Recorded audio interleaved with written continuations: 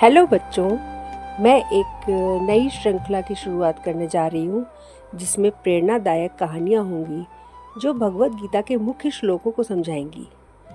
तो प्यारे बच्चों, क्या तुम जानते हो कि भगवत गीता का शब्द का अर्थ क्या है?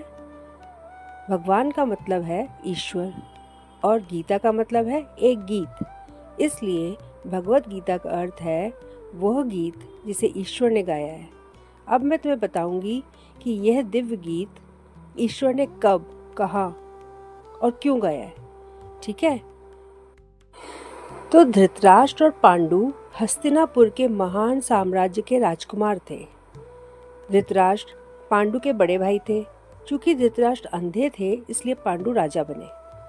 पांडु के 5 महान पुत्र थे: युधिष्ठिर, भीम, अर्जुन, नकुल और सहदेव। उन्हें पांडवों के नाम से भी जाना जाता है। धृतराष्ट्र के 100 पुत्र थे, जिनमें सबसे बड़ा और दुष्ट था दुर्योधन।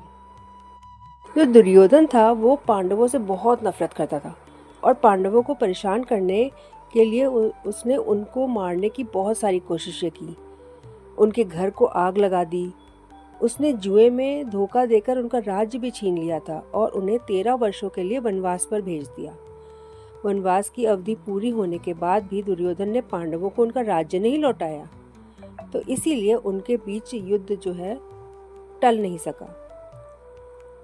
अंततः युधिष्ठिर और दुर्योधन की सेनाएं कुरुक्षेत्र नामक पवित्र स्थान पर युद्ध भूमि में आमने सामने हुई। भगवान कृष्ण पांडवों के सबसे प्रिय मित्र और मार्गदर्शक थे। उन्होंने अर्जुन का सारथी बनने का निर्णय लिया। अब युद्ध शुरू होने वाला था। अर्जुन ने अपना धनुष उठाया, लेकिन वो अपने दुश्मनों पर तीर नहीं चला सका।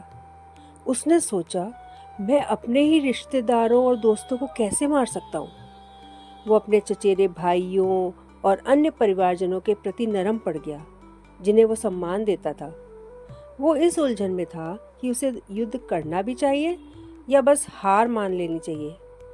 उसने कृष्ण को कई कारण बताए कि वो क्यों नहीं लड़ सकता।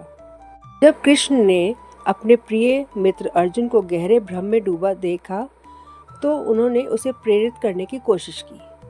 अर्जुन के मन के भ्रम को दूर करने के लिए भगवान कृष्ण ने भगवत गीता का उपदेश दिया।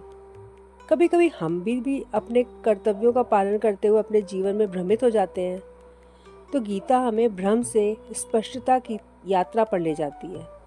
हालांकि गीता का उपदेश युद्ध की पृष्ठभूमि में दिया गया था, फिर भी उसमें युद्ध पर शायद ही कोई चर्चा की गई है।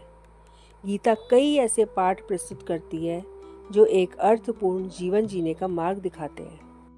अतः अर्जुन के माध्यम से भगवान श्री कृष्ण ने अपना दिव्य उपदेश मानव जाति को दिया। तो अब से हम श्लोकों को पढ़कर स्वयं को प्रेरित करेंगे।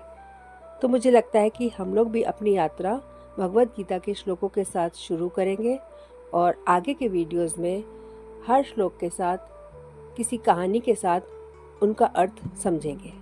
धन्यवाद।